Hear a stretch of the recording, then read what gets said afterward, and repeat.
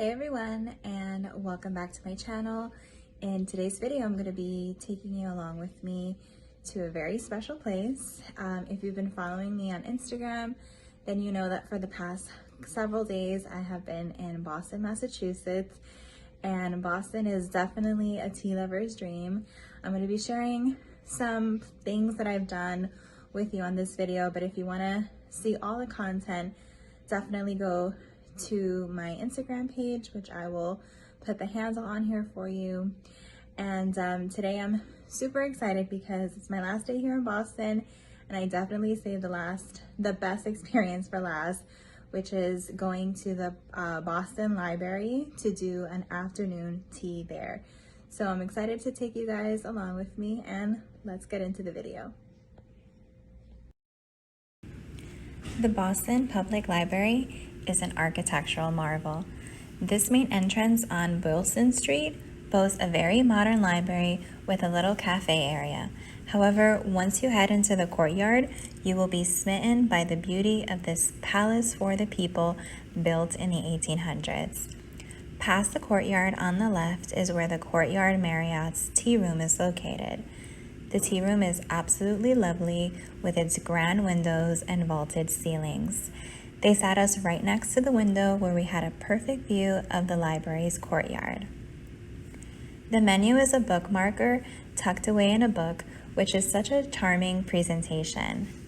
Afternoon tea is $56 per person, which honestly is a great value for the location since Boston is quite pricey. The menu is fantastic though, and I think it's worth every penny.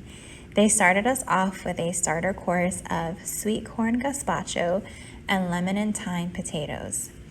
Next, we were brought the tea tray, which had our savories, scones, and desserts. My husband had the standard menu, and I had the vegetarian options.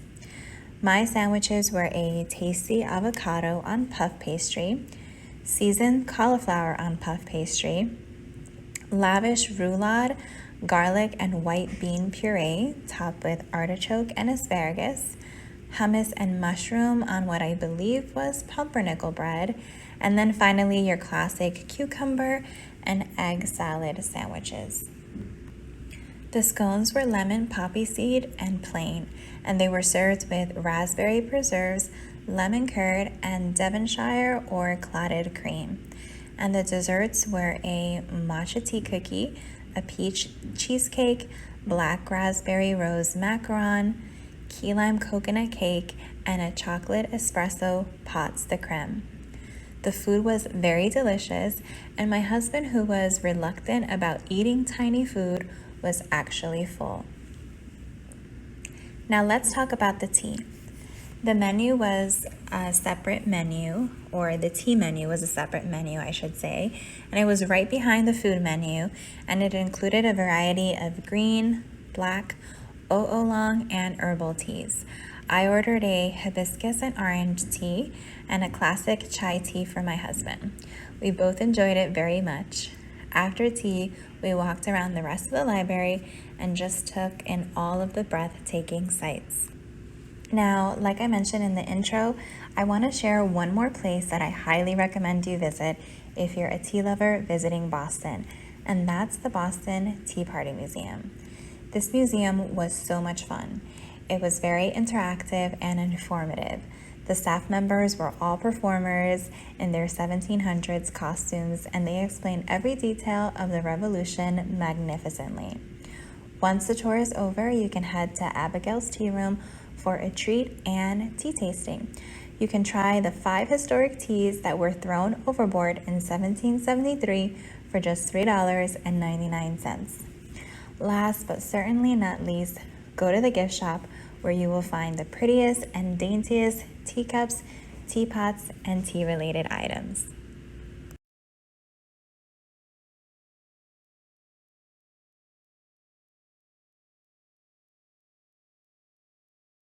Hi everyone!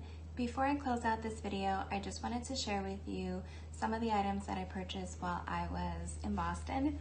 Most of these things come from the Boston Tea Party Museum, but I did purchase one item somewhere else. I apologize for the background noise. There is some kind of a truck outside, but anyway, let's go ahead and get started with the tea that I'm drinking. This is a strawberry and apple tea that I got from the museum. This is the container that it came in. I like it because it has the name of the museum, and then of course it has Boston in big bold letters. So every time I look at it, I'll remember the lovely time that I had in Boston. And the tea is actually pretty good. I think it would taste better as a iced tea just because it's very fruity. It is an herbal tea, so I'm trying it hot today, but I'm thinking I'm going to pour it over ice in the future because I think it would make a really good iced tea.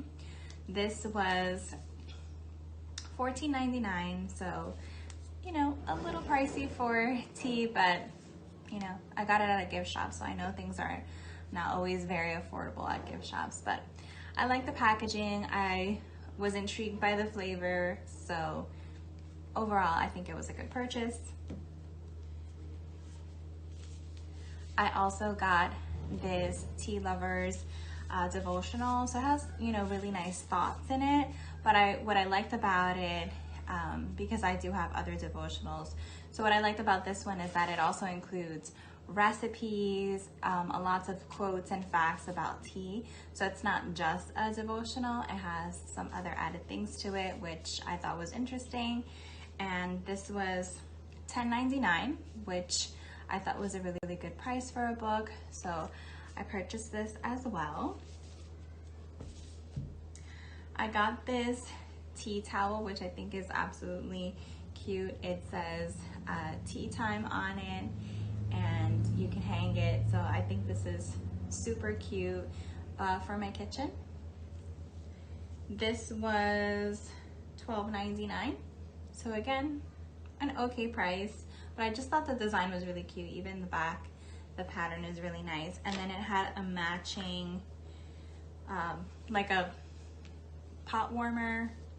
I'm not sure what this is called. A pot holder, yeah, for your teapot. So I thought this was really cute because it says happily ever after, and it has a really cute teapot on it. So I thought this was adorable, and it was $8.99, and it matches with the tea towel. So I got this as well. And that was pretty much everything that I purchased at the Boston Tea Party Museum. They did have a lot of nice teapots and teacups, and I actually did a poll on Instagram, and most of you answered yes. I asked if you guys thought that I had purchased something like a teapot or a teacup, and I would have, but honestly I had seen that particular brand in other stores in the past, because I've bought teapots from that make in other places, and I just thought they were a little bit too overpriced. Like, I know I could get the same product somewhere else, so that's why I decided to skip out on that, just because they were, again, a little bit too pricey. I know I could have gotten something much better quality if I was gonna spend money on a teapot. I would rather do it on something a little bit more high quality. So I skipped out on that, and I just purchased this. But I did get the last item that I'm going to show you is this little tea bag holder. I mean, I guess you could use it as any kind of trinket tray if you wanted, but usually I use these to hold like my tea bags and things like that. And I got this one because I love the quote on it. So I don't necessarily needed another one of these because I have several, but I just love the quote because C.S. Lewis is one of my favorite authors. And so this one says, "You can never get a cup of tea large enough or a book long enough to suit me." So I just really loved that quote, and so I purchased this. I don't remember how much it was, maybe $10 or less. And I purchased it. There is this little shop towards the back of the Paul Revere Mall. And so they do have like a really nice little gift shop with lots of different things. And so I purchased this there. I will say that a lot of the surrounding area in Boston, they do have a lot of tea related, like gift related items in their gift shop, sorry.